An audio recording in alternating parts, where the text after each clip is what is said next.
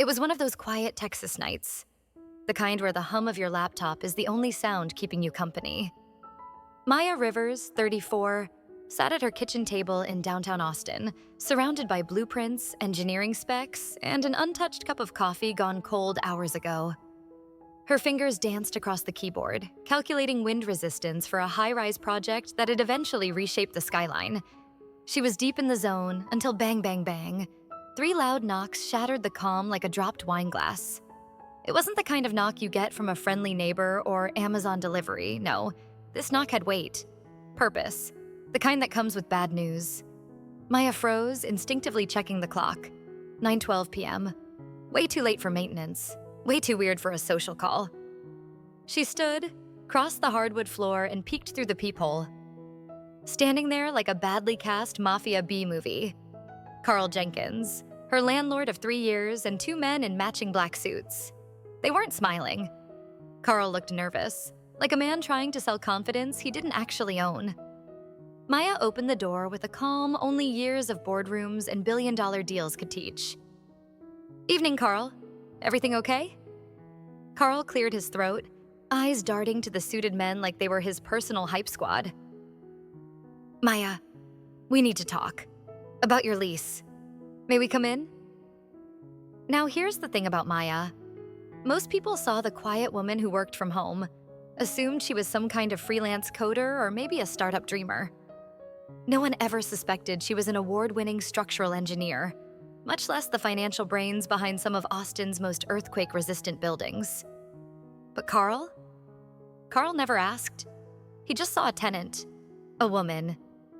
And tonight, he came ready to flex his authority, backed by a pair of well-dressed bullies. As the men stepped in, they scanned the apartment.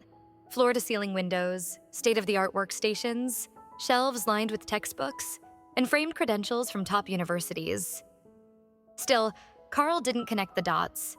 He couldn't imagine what Maya was really capable of. He was about to find out. Because tonight wasn't just about a rent dispute. It was the start of a psychological chess match he was absolutely unprepared to play. And Maya? She'd already calculated the endgame. Carl Jenkins had spent the last 3 years thinking Maya Rivers was just another tenant. Quiet, always paid on time, barely said a word in the elevator. In his eyes, she was harmless, someone typing away on a laptop, probably coding or selling stuff on Etsy. Nothing about her screamed power. But here's the thing about people like Carl. They only see what they expect to see. And when they don't understand you, they fill in the blanks with stereotypes. A woman, working from home, living alone. Must be easy to push around. So when he showed up with 2 suits and a script rehearsed in front of a mirror, he thought it was going to be a slam dunk. He'd lay down the new rent, 3 times higher, effective immediately, and she'd either beg, cry, or pack her things. That's how it usually goes when landlords get greedy and tenants get scared. But Maya? She didn't flinch. No panic, no protest, just calm, measured eye contact. It was like watching someone play poker who already knew your cards. The suited guys scanned the room, still thinking she was just another renter with a decent income and expensive taste. They noticed the workstation, dual monitors, Chiadi software open, books on load-bearing mechanics, certificates from MIT and Caltech framed on the wall. They looked confused.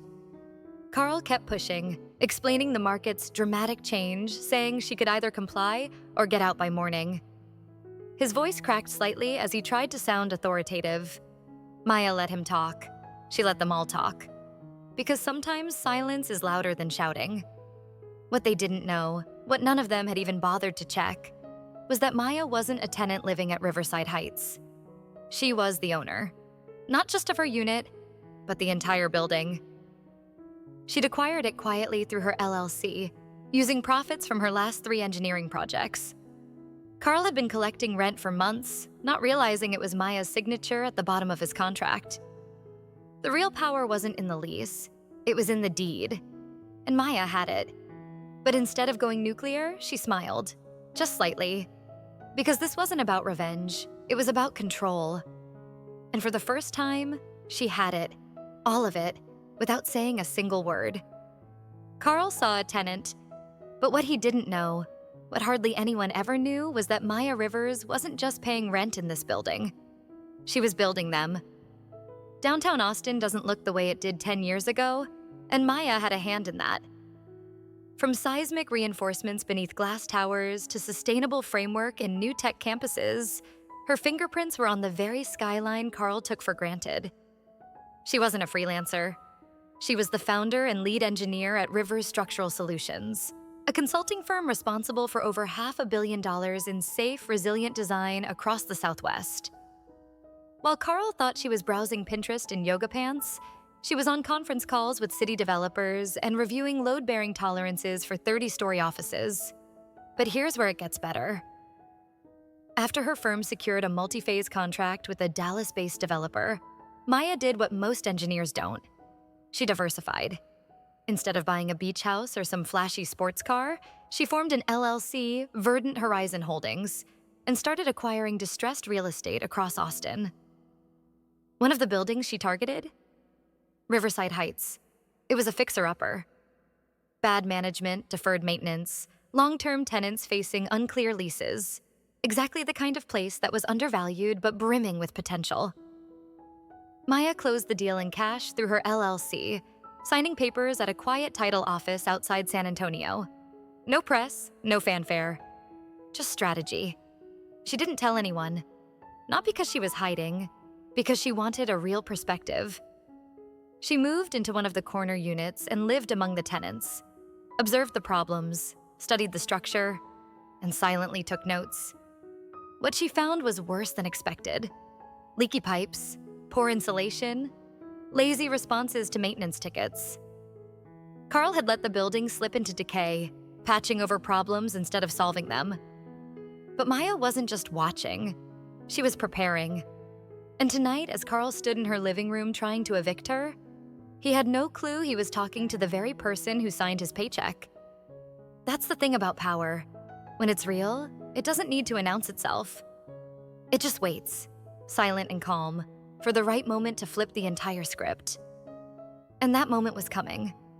Fast. Maya didn't raise her voice. She didn't throw a fit or call a lawyer. She simply walked to her office. The suit smirked as if she was going to rummage for old rent receipts or pull out a lease to plead her case. Carl crossed his arms, already tasting victory.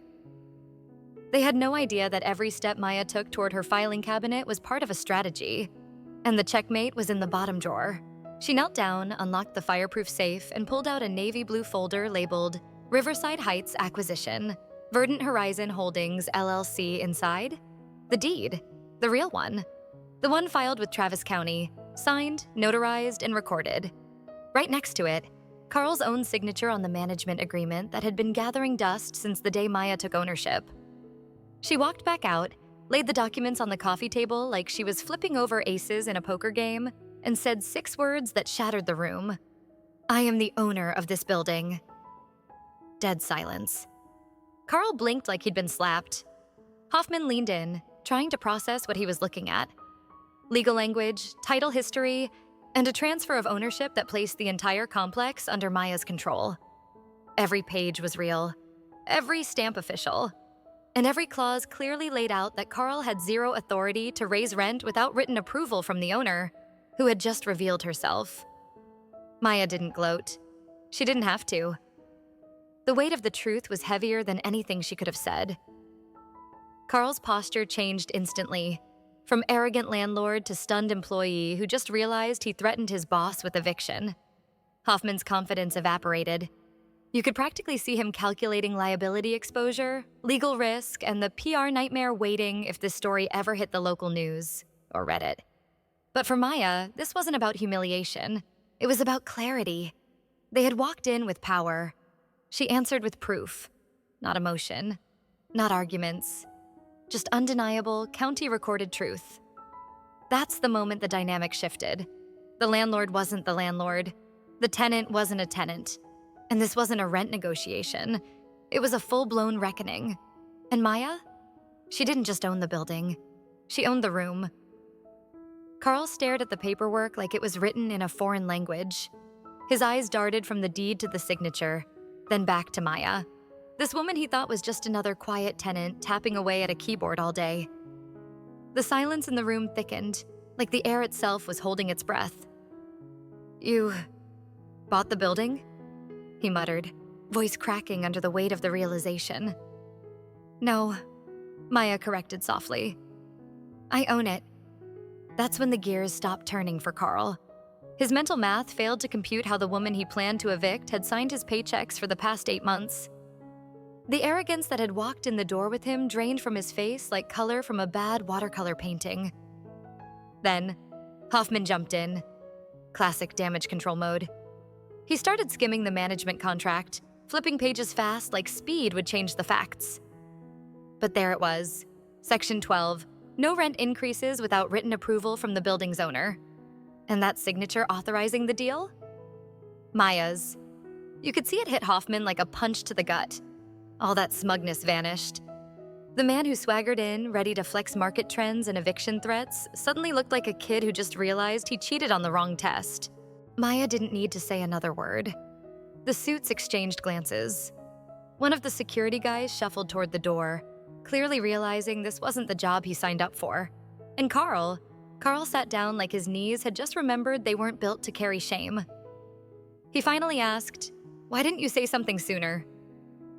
Maya looked him straight in the eye. "Because I wanted to see how you treat people when you think no one's watching." That line didn't just sting, it branded the truth on the walls.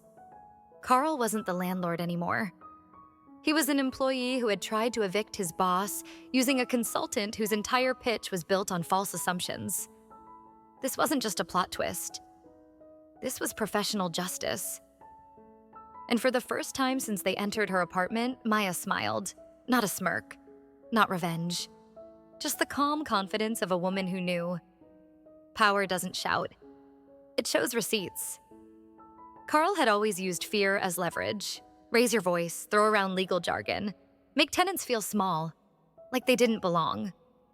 And for years, it worked. Until tonight. Maya didn't raise her voice. She raised her standards. She sat calmly across from Carl and Hoffman, documents still on the table like silent witnesses. She opened a slim black binder, flipped to a tab marked Lease Law, Texas Code 92, and began reading aloud. Her voice wasn't loud, but every word landed like a gavel. You issued a rent increase that violates Section 92.010 of the Texas Property Code. Triple rent without written notice and owner approval is not just unethical, it's illegal. Carl tried to interrupt. She raised a finger. Not rude, not aggressive, but firm. The kind of gesture that says, "You've said enough." "You also attempted to intimidate me with unauthorized consultants, which breaches Section 4 of our management agreement." That's when Hoffman's face shifted. Not out of guilt, but fear. Real fear. The kind that hits when you realize the person you underestimated is 10 steps ahead. Carl went pale. His breathing got shallow. You could almost hear the math running in his head. How many violations, how many fines, how many lawsuits? But Maya didn't want revenge. She wanted accountability. "You've created a hostile environment, not just for me, but for every tenant here. You treated this community like a paycheck. I treat it like a promise." Silence. No more excuses. No more fake authority. Carl slumped in his chair. It was the first time he looked small. Not because Maya belittled him, but because he finally saw himself clearly, reflected in the eyes of someone who wouldn't back down. And that's the turning point people never expect. It's not the loud moments. It's the quiet ones. When the game is over and you realize you were never the one holding the pieces. Maya didn't need lawyers. She had the law. She didn't need backup.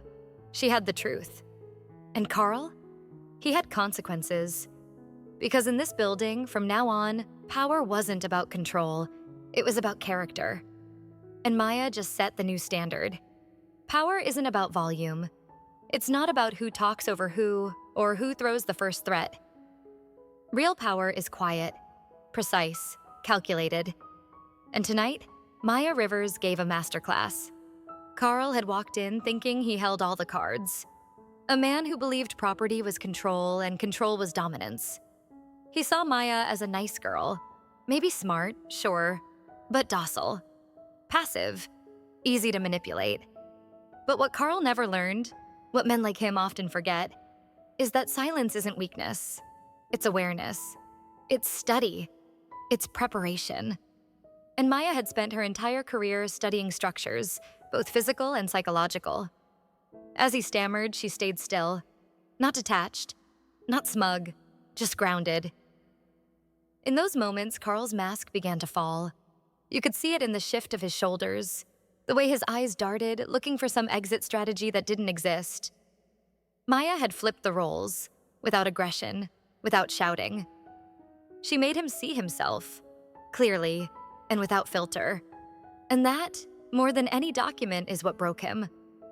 The camera doesn't lie. But neither does energy, and the energy in that room had changed. Hoffman, once cocky and dismissive, now scanned the floor like a student caught cheating. His authority collapsed not from volume, but from exposure.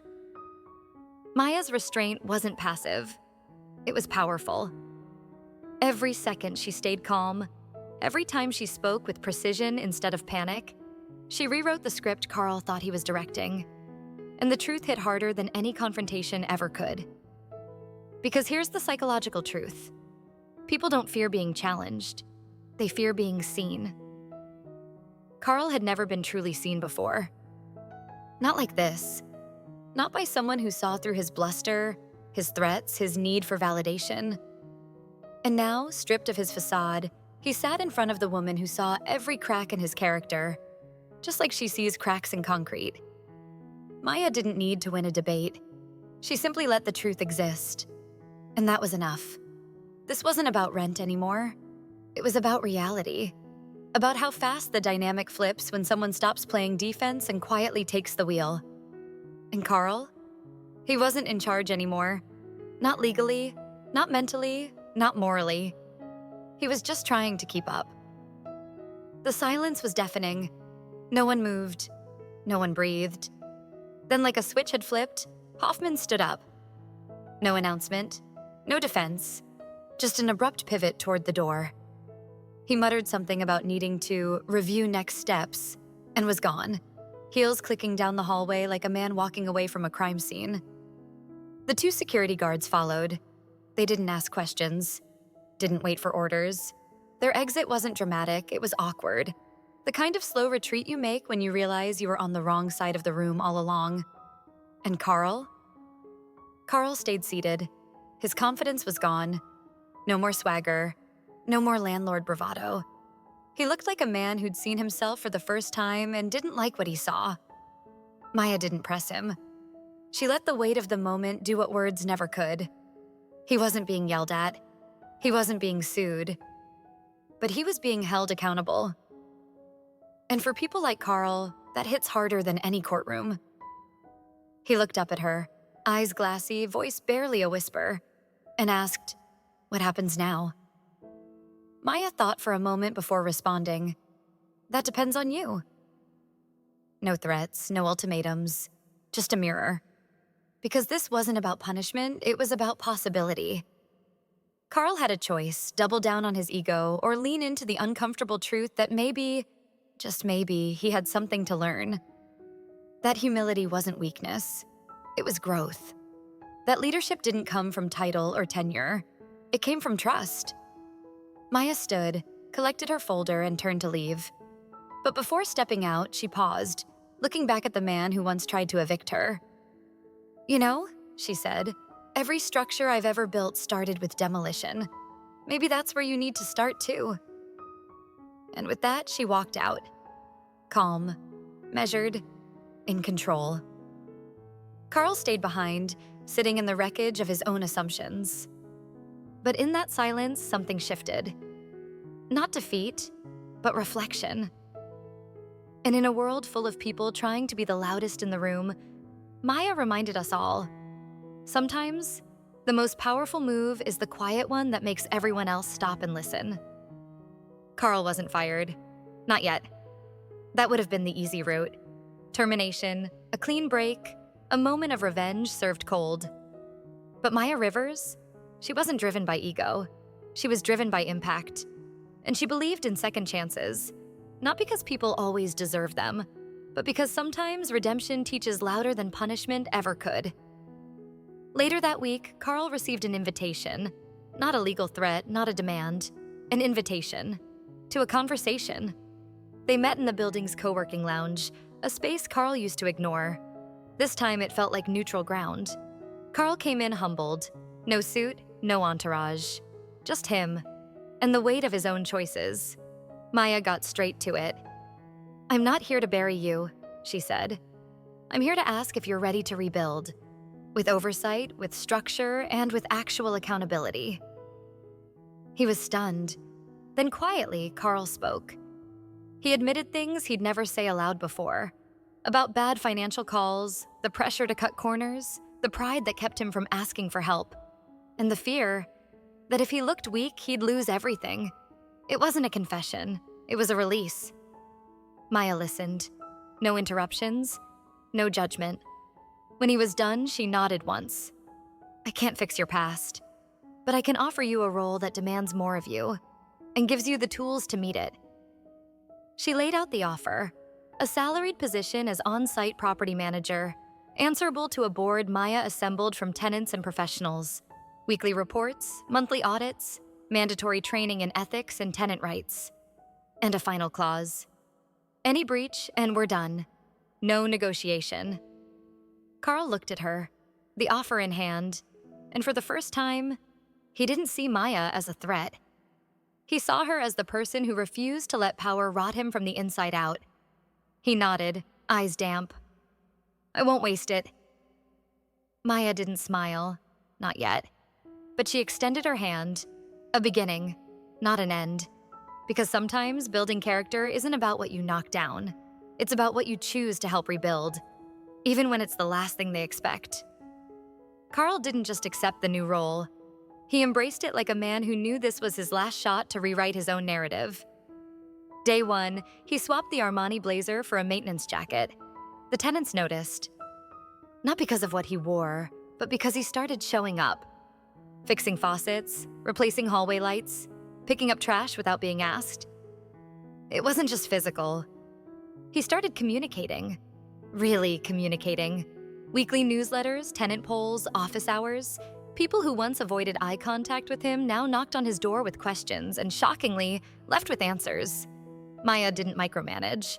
That wasn't her style. But she observed everything. She watched how Carl handled late rent notices, not with threats, but with grace and payment plans. She noted how he rerouted funds to install security cameras and new mailboxes, things tenants had requested for years but never received. For the first time in a long time, the building felt alive. Not perfect, not posh, but responsive. Like it had a heartbeat again. Carl even hosted a small meet and greet in the courtyard. Nothing fancy, just barbecue, folding chairs, and a Bluetooth speaker. But people came. They laughed. They shared stories. And in one quiet corner, Maya stood alone, watching the guy who once tried to triple her rent now refill someone's lemonade. It wasn't instant trust. Maya knew better. But it was progress. And sometimes progress looks like one broken elevator finally getting fixed after months of silence. What made the difference wasn't a title. It was accountability, oversight, real consequences tied to real responsibility. Carl operated within a system that expected more and gave more. And under those conditions, he grew. Slowly, imperfectly, but undeniably. Maya noted it all. Every win, every slip-up, every hard conversation that didn't turn into a shouting match. She didn't offer praise often, but when she did, it landed with impact. Because the real transformation wasn't the fresh paint or updated intercoms, it was Carl. A man learning to lead not from fear, but from service. And for the first time since this saga began, Maya allowed herself a quiet smile. Not because she was surprised, but because she'd always believed change is possible. When you're brave enough to build the system that demands it. Somewhere between fixed boilers and tenant meetups, the Riverside Heights complex started feeling less like a property, and more like a place people were proud to call home. Maya had one rule: simple, unshakable. people before profit. And under her oversight, that rule became a blueprint. Gradual rent increases didn't spark outrage because they came with something tenants weren't used to: transparency. Every dollar added had a purpose, whether it funded a safer stairwell, better lighting in the parking garage, or finally upgrading the ancient laundry machines that had eaten quarters for decades. Carl didn't push back. He didn't try shortcuts, he learned. Slowly, but surely. He'd bring proposals to Maya's office, organized, cost-justified, and sometimes even backed by tenant signatures. It wasn't perfect, but it was honest. And in this business, honesty was rare currency. Word spread, not just in the building, but in the neighborhood. Other landlords started asking questions. Who's managing Riverside now? What changed? The answer wasn't a who, it was a how. When you lead with ethics, profits follow. Not overnight, but sustainably. Vacancy rates dropped, lease renewals climbed, and maybe most surprising of all, online reviews started glowing. Not fake, 5-star fluff, but real stories. Management listens. Maintenance shows up. Feels like a community again. Carl read every one, sometimes twice, because each one reminded him that he wasn't just repairing drywall, he was repairing trust. And for a man who nearly burned it all down, that was redemption in its rawest form. Maya never bragged. She didn't need to. Her reward wasn't applause, it was impact. She saw it in the way kids played freely in the courtyard again, in the neighbor who finally started a garden, in the mural painted by local teens on the once vandalized back wall. This wasn't just about rent.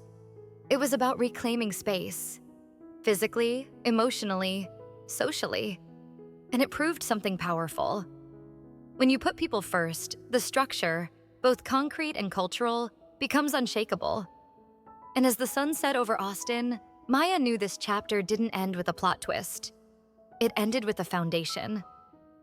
One built not on power plays or revenge, but on the radical, steady choice to do right, especially when no one's watching. Riverside Heights had grown a reputation, a quiet storm of change in a city known for real estate chaos. So when Judge Claire Monroe, a federal circuit judge relocating from Dallas, put in a leasing inquiry, people took notice. She wasn't just looking for granite countertops or a balcony with skyline views. She wanted stability, ethics, community. The things that usually don't make it into a Zillow listing, but matter more than square footage. Claire had options, dozens. But she kept hearing whispers about one place that defied the norm. They're different, a colleague had said. The owner shows up, listens, even makes the contractors sign an ethical work charter. That got her attention. On move-in day, she requested something rare, a face-to-face meeting with the building owner. No assistant, no rep. She wanted to meet the woman behind the culture, the one who didn't put her name on the mailboxes, but left fingerprints on every policy. So Maya showed up. No blazer, no speech, just presence. And that was enough. Judge Monroe asked tough questions. What's your policy on tenant disputes? How do you handle repairs? Why didn't you advertise that you were the owner? Maya answered each one with clarity. Honesty. No spin. What followed wasn't a handshake. It was a pause. Then Claire smiled. I'd like to sign a 5-year lease, she said, not just as a tenant, but as someone who wants to live in a place where integrity lives too. That lease wasn't just another contract. It was a statement, a ripple that spread through the Texas housing scene. Because when a federal judge decides this is where she wants to put down roots, people take notes. It validated everything Maya had built. Every long night, every silent stand, every policy that prioritized people over margins. It wasn't about being the richest landlord. It was about being the one worth trusting. And in that moment, Maya didn't just secure a lease. She earned something rarer. The respect of someone whose career was built on judgment, and chose to stay because she found justice at home. Carl Jenkins never imagined he'd stand on a stage like this. Not as a villain in someone's story, but as a cautionary tale turned comeback. The Texas Property Management Conference wasn't the kind of place that welcomed people with messy pasts, but today it gave him a mic. He adjusted his tie, scanned the crowd of real estate developers, managers, and investors, then began. 6 months ago, I thought I was the king of my world. I owned units, on paper. I thought I had power. But turns out I was just loud, not in control. Some chuckled, some didn't. I came to collect triple rent from a woman I barely knew. Thought she was just another quiet tenant with a laptop and soft voice. But she wasn't. Carl glanced at the back row. Maya Rivers sat there, composed as ever, not watching to judge, watching to support. That woman turned out to be the actual owner of the building. She didn't scream. She didn't call the cops. She handed me a folder with a deed that changed everything. The audience leaned in. I had 2 choices, lawyer up and lose, or look in the mirror and grow. I picked the hard one. Carl walked them through the lessons, the kind that don't come from business school. I learned that tenants aren't units, they're people. I learned that maintenance issues aren't expenses, they're signs of trust. And I learned that if you run a property through fear, you're not a landlord, you're a tyrant. Murmurs of agreement spread across the room. But here's the truth I had to swallow. I wasn't just mismanaging property. I was mismanaging myself. He paused. Let the silence speak. I started showing up, fixing what I broke. Not just plumbing, but relationships. I met with every tenant. I apologized, I listened. Carl's voice cracked. Not from nerves, but from ownership. I even asked Maya to fire me if I slipped again. She didn't. She gave me guardrails, and I followed them. He smiled, then turned serious. Look, I'm not here to sell you a redemption arc. I'm here to tell you the truth. If your business model depends on ignorance, on people not knowing their rights, then your empire's already crumbling. A pause, then the closer. Power isn't in the lease. It's in the legacy you leave behind. For a moment, the room was quiet. Then came the applause. Not polite, not reluctant, real. It built slowly, then swelled into a standing ovation. Carl didn't bow. He just nodded, humbly. Back in her seat, Maya didn't stand or wave. She just sat still, proud in her own quiet way. Because in that moment, she wasn't just a landlord or even a silent owner. She was a mentor who believed that people can rise if given the truth and a second chance. And Carl? He proved something that day, that no matter how far you fall, transformation isn't just possible, it's powerful. Some stories don't need loud endings. They echo in silence. For Maya Rivers, the power play was never about dominance. It wasn't about revenge or showing Carl who's boss. It was about principles and peace. She never wanted to win. She just wanted to live in a space where dignity wasn't a luxury and where silence wasn't mistaken for weakness. As she looked out over the Austin skyline that evening, she saw more than just lights. She saw what she built. Not just the building, but the structure of fairness. And it stood taller than concrete. That's the thing about power. It's not in how loud you speak, but in what happens when you don't. When Maya slid that deed across the table, she didn't just protect herself. She challenged a mindset that saw tenants as leverage, not lives. Her strength wasn't in confrontation. It was in restraint. While others used threats, she used facts. While they escalated, she listened. And in doing so, she shifted the dynamic, not just in one building, but in every room Carl would walk into afterward. It's easy to scream. It's harder to stand still and let the truth do the talking. And that's what stuck with Carl the most. Not the legal documents, not the LLC name, but the calm. The terrifying, unshakable calm of someone who knew exactly who they were. Maya didn't just change a policy. She changed a person. Not by force, but by example. Not through war, but through wisdom. She didn't need applause, didn't crave acknowledgement. Her reward was knowing she stood for something solid. And when the city lit up that night, it wasn't celebrating victory. It was reflecting a woman who chose strength over spectacle. Because respect isn't earned through fear. It's built through consistency, integrity, and knowing when silence says more than a shout ever could. In a world that rewards noise, Maya showed us the quietest voice can sometimes be the most powerful. In the months that followed, Riverside Heights transformed, not with luxury, but with love. The lobby got new lighting, not just for aesthetics, but to make night shift tenants feel safer walking in. The rooftop garden finally opened, tended by a rotating crew of neighbors, not contractors. And that old laundry room? Carl turned it into a shared co-working space because Maya believed productivity shouldn't require a Starbucks card. Rent rose, yes, but so did trust. Tenants began staying longer. Parents started waving from balconies. Even the grumpiest dog walker in the building started smiling back. What Maya and Carl built wasn't just a property. It was a principle. That community matters more than margin. That ethical ownership isn't soft, it's sustainable. And as the sun set behind the towers of Austin, a quote appeared on screen, etched into the final frame like a signature carved in stone. The strongest foundation isn't steel or stone, it's respect. Because at the end of the day, profit fades. But people remember how you made them feel. And that's how stories become legacies.